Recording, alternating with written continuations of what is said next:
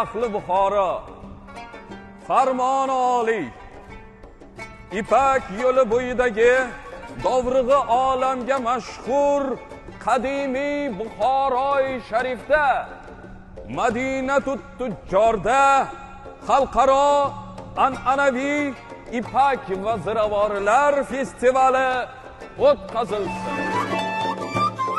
Yamandan dur gavhar, Qashqirdan mushku ambar, Ajamdan xelu dolchin, Arabdan bir qop oltin, Chindan chinlik piyola, Farangdan xushbo'y lola, Damashqdan zangori gilam,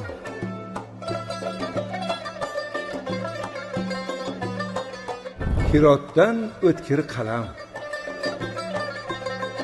Ko'nyodan qalampir,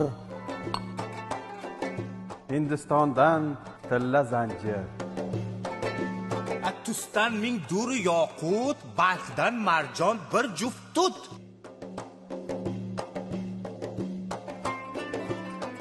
Oltinchi, 7-chi, 8-chi sanalarda Buxoroning barcha go'shalarida dunyoning 7 iqlimidan jamiki mehmonlarni taklif qilamiz.